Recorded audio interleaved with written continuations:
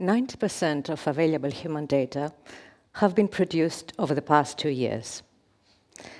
Much of this data is being created as we use our digital media.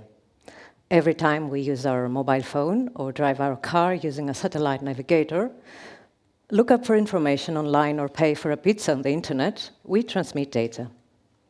This data is information about how we move from here to there and how often, what is that we care about in life, what is that concerns us, and what is that we enjoy in life. This data is being used to anticipate and shape the future. It's used to build innovative solutions for healthcare, cities that are environment-friendly, smart transport systems for the future. How much this data tells us about older people? After all, we live in an aging world.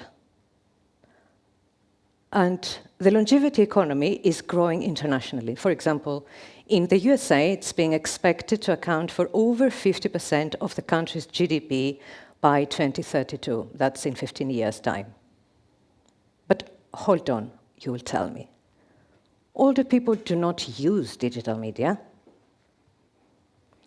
I have been studying digital media and older people for over 15 years now.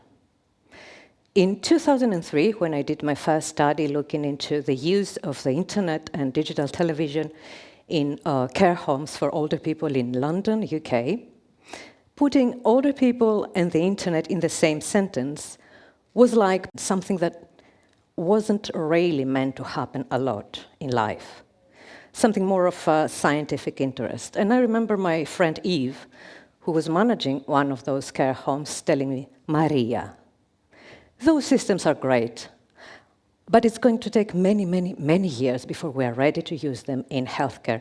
And it's going to take many years before older people are ready to use the internet. That was 15 years ago. Numbers look different today in the UK, which is the country I still live and work. 80%, almost 80% of adults aged 65 to 75 are using the internet in the UK today. This means that in 10 years' time from now, almost 80% of people aged over 75 will be using the internet. And indeed, as the digital generations age, older adult groups are the fastest growing groups of in internet population, new groups of internet users. But how much do we know about those users? As we fail to capture this growing body of digital media users in our national statistics, in our digital media data sets, in our tracking studies, with the exception perhaps of medical technology and surveillance healthcare technologies. So why is that? I think all of us in this room know why.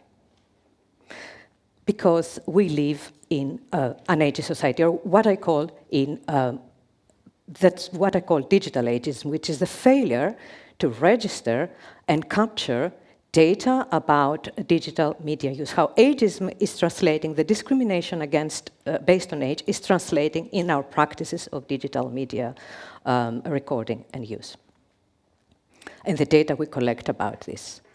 So despite that we live in longer healthy lives, despite that aging is our common future, we still fail to look at it.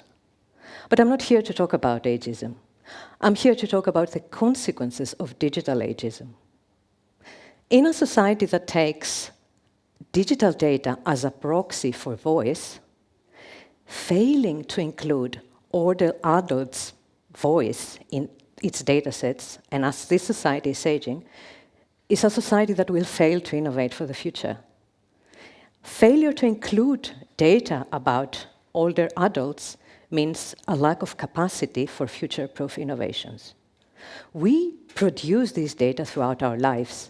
We live longer, healthy lives, and we use media as we go along. Those two trends, aging and increasing the digital data we have, are the two trends that will cause pervasive change in our society in the near future.